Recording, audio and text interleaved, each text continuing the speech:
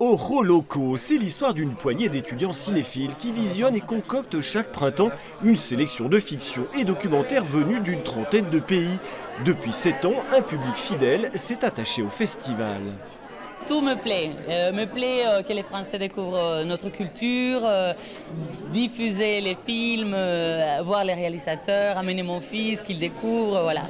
Les histoires surtout de la société politique, il y a tellement de choses que, voilà, qui se mélangent.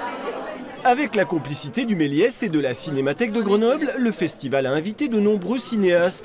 Co-réalisateur de L'Histoire probable d'un ange, Domenico Lucchini rend hommage à Fernando Birri, réalisateur argentin qui a révolutionné le cinéma latino-américain et créé des écoles pour transmettre sa devise. Le mot d'ordre était soñar con los ojos abiertos. Donc rêver avec les yeux ouverts. Et donc c'était vraiment un engagement, mais qui n'était pas seulement politique. Il était vers aussi la réalisation d'une utopie.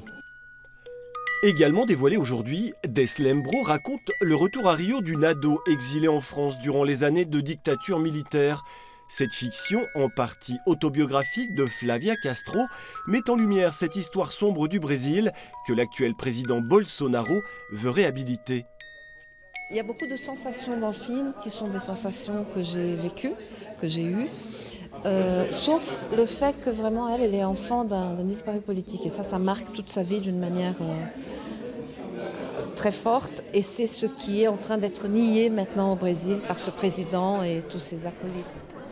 Hier soir, c'est un film lumineux qui a ouvert le bal, Yuli, l'histoire vraie du Cubain Carlos Acosta, enfant des rues de la Havane, devenu danseur étoile. Ojo Loco se poursuit jusqu'au 7 avril.